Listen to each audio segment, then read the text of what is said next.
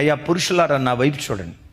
ఒక వ్యక్తి దిశమలను చూడటం అది ఎంత శాపగ్రస్తమో దేవుని వాక్యం చెప్తుంది. తండ్రి అక్కడ గుడారంలో దిగంబరిగా ఉన్నాడు. మొట్టమొదటి ఎవరు చూశారో తెలుసా? హాము అనే తన రెండవ కొడుకు చూశాడు. ఇప్పుడు తండ్రి దిగంబరండే. తండ్రి దిగంబరి అని తెలిసినప్పుడు ఏం చేయాలి? నాన్న మధ్యవశుడే ఇట్లా ఒంటి మీద బట్ట లేకుండా పడిపోయి ఉన్నాడు, ఈ దిగంబరత్వాన్ని కప్పేద్దాం అని కప్పేస్తే పోయేదిగా. కప్పల.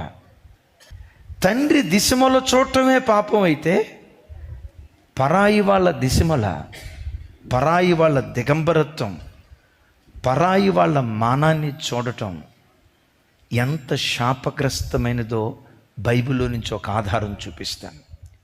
ఈరోజు అనేక మంది యువత ఫోర్నోగ్రఫీకి బానిసలే.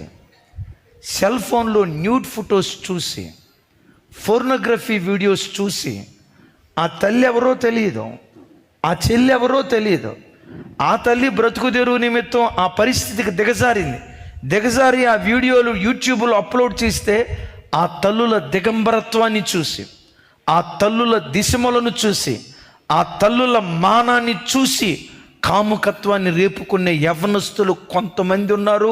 అయలారా, తండ్రి దిశమలు చూడటమే ఇంత శాపమైతే పరాయి స్త్రీ దిశమలను చూడటం అది ఎంత శాపమో ఆలోచించండి. పిల్లలు శాపగ్రస్తులు అవటానికి, పిల్లలు శపితమైన వారవటానికి ఇది కారణమవుతున్నట్లుగా దేవుని వాక్యంలో రాయబడింది.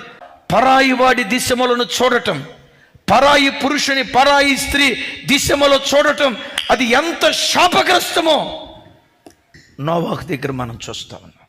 యవన బిడ్డలారా, మీలో ఎవరైనా ఫోర్నోగ్రఫీ అప్పుడప్పుడు చూసి అలవాటు ఉన్న వాళ్ళు ఉన్నారేమో.